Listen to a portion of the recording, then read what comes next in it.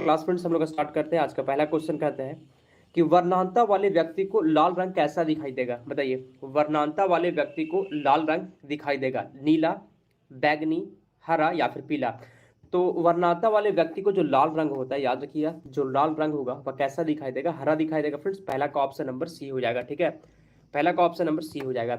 Next question है दूसरा number कि विकास की प्रक्रिया में मनुष्य का निकटतम प्राणी, विकास की प्रक्रिया में मनुष्य का निकटतम प्राणी है हिरन, गाय, बाघ या फिर बंदर।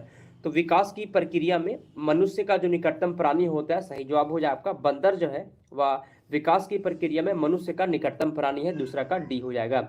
नेक्स्ट क्वेश्चन है तीसरा नंबर कि चप्पल की आकृति का जंतु है, चप्पल की आकृति का जैसा जंतु हो जाएगा, पैरामीशियम, जियार्डिया, ट्रिपोनोसोमा या फिर अमीबा।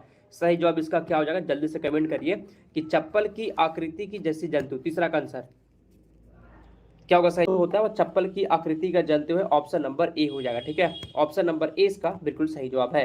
चौथा नंबर क्वेश्चन कहता है कि जीवों के प्राकृतिक चयन का सिद्धांत प्रतिपादित किया, जीवों के प्राकृतिक चयन का सिद्धांत प्रतिपादित किया, लेमार्क ने, मेंडल, डार्विन या फिर इसमें से कोई नहीं।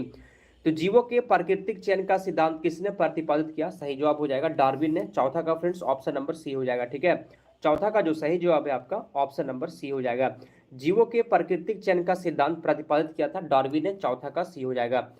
5 नंबर क्वेश्चन है कि निम्नलिखित में से कौन एक लिंग संलग्न रोग होता है, लिंग संलग्न रोग है, कुष्ठ, ल्यूकीमिया, वर्णांता या फिर क्षय रोग।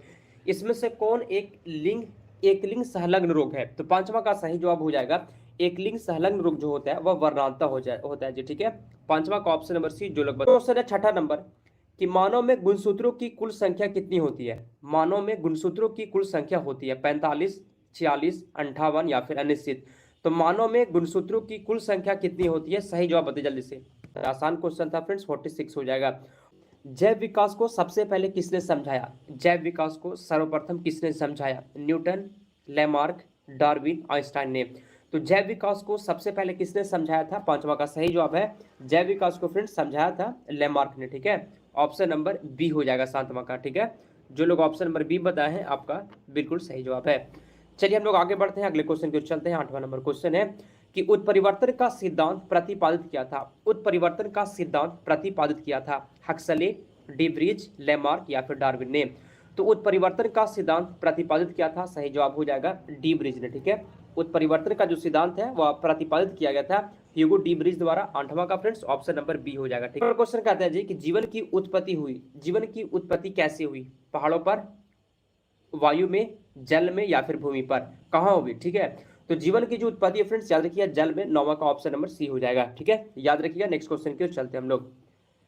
10 नंबर क्वेश्चन है कि मनुष्य में द्विगुणित क्रोमोसोम की संख्या कितनी है, द्विगुणित क्रोमोसोम की संख्या कितनी है, 30, 24, 25 या फिर 26। 10 का आंसर, मनुष्य में द्विगुणित क्रोमोसोम की संख्या कितनी होती है, तो फ्रेंड्स सही जवाब हो जाएगा आपका 23 होता है। ठीक है, 10 का ऑप्शन नंबर ए जो लोग बताए हैं आपका बिल्कुल सही जवाब है 10 का फ्रेंड्स ऑप्शन नंबर ए हो जाएगा। ठीक है, चलिए आगे चलते हैं, अगले क्वेश्चन की ओर चलते हैं। 11 नंबर क्वेश्चन है कि समजात अंग होते हैं, समजात अंग होते हैं रचना में समान, रचना और कार्य दोनों में समान, रचना में असमान, कार्य में समान।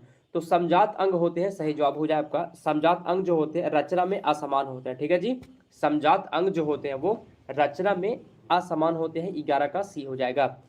नेक्स्ट क्वेश्चन है 12 नंबर कि मलेरिया परजीवी तथा अमीबा को किस श्रेणी में रखा जाता है, मलेरिया परजीवी तथा अमीबा को किस श्रेणी में रखा जाता है, प्रोटोजोआ, एनेलिडा, पेरिफोरा या फिर इसमें से कोई नहीं। तो मलेरिया परजीवी तथा अमीबा को किस श्रेणी में रखा जाता है, सही जवाब हो जाएगा आपका प्रोटोजोआ की श्रेणी में रखा जाता है। ठीक है, मलेरिया परजीवी और अमीबा को किस श्रेणी में रखा जाता है, तो प्रोटोजोआ की श्रेणी में रखा जाता है जी। 12 का ए हो जाएगा। ठीक है, 12 का ऑप्शन नंबर ए हो जाएगा। 13 नंबर क्वेश्चन है कि निम्नलिखित में से कौन उत्तक का, इसमें से उत्तक कौन सा है, रक्त, अमाशय, यकृत या फिर मस्तिष्क। उत्तक का उदाहरण इसमें से कौन सा हो जाएगा, 13 का आंसर कौन बताएगा। बहुत अच्छा क्वेश्चन है। ठीक है, इसमें से उत्तक का उदाहरण है, सही जवाब आपका रक्त जो होता है वह उत्तक का उदाहरण है फ्रेंड्स। 13 का ऑप्शन नंबर ए हो जाएगा, रक्त जो होता है वह उत्तक का उदाहरण है, 13 का फ्रेंड्स ऑप्शन नंबर ए। बहुत अच्छा। 14 नंबर क्वेश्चन है किसी जीवित देह के भीतर कोशिका या उत्तक की मृत्यु को क्या कहते हैं, किसी जीवित देह, ठीक है, किसी जीवित बॉडी के अंदर जो है कोशिका या उत्तक की मृत्यु को क्या कहा जाता है, न्यूट्रोफिलिया, न्यूप्लेसिया, नेफ्रासिस या फिर इसमें से कोई नहीं। 14 का आंसर। बहुत अच्छा क्वेश्चन एग्जाम में आ सकता है, ठीक है।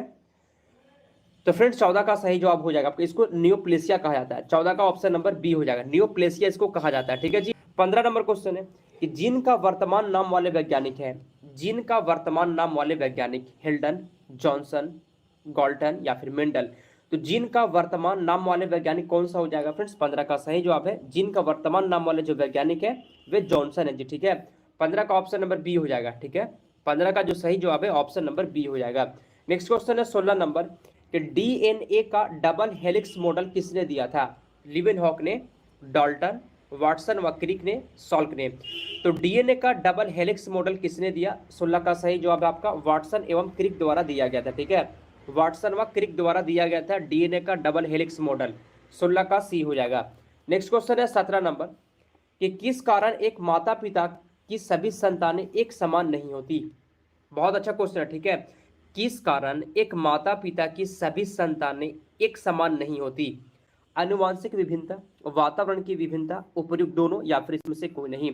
17 का सही जवाब बताइए तो किस कारण से माता पिता की सभी संतानें एक समान नहीं होती? 17 का आंसर। किस कारण एक माता पिता की सभी संतानें एक समान नहीं होती? सही जवाब हो जाएगा उपयुक्त दोनों, ठीक है। आनुवांशिक विभिन्नता भी होता है, विभिन्नता, उपयुक्त दोनों हो जाएगा, ठीक है।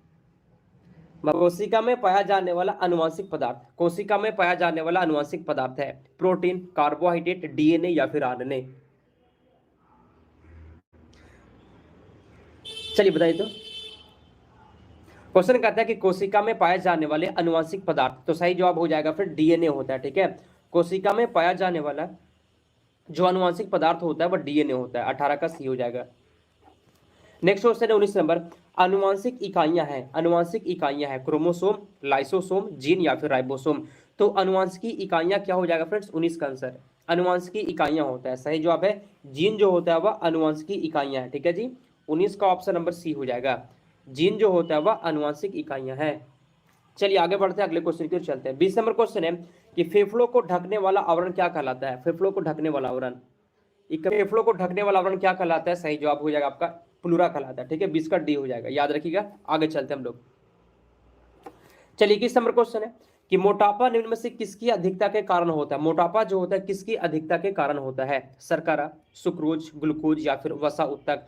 तो मोटापा जो होता है किसकी अधिकता का कारण होता है? 21 का सही जवाब हो जाएगा मोटापा जो होता है वह वसा उत्तक की अधिकता का कारण होता है। 21 का डी हो जाएगा, ठीक है। समझे?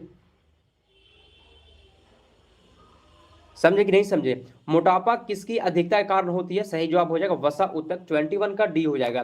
नेक्स्ट क्वेश्चन है 22 नंबर कि माता पिता के गुण उनकी संतानों में किस द्वारा स्थानांतरित होते हैं? माता पिता के गुण जो होते हैं उनकी संतानों में किसके द्वारा स्थानांतरित होते हैं? रक्त द्वारा, गुणसूत्र द्वारा, हार्मोन द्वारा या फिर इसमें से कोई नहीं। तो इसका आंसर क्या हो जाएगा?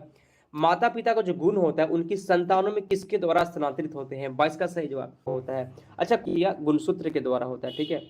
चलिए 23 नंबर क्वेश्चन है कि मास्ट कोशिकाएं पाई जाती है, क्या होगा सही जवाब?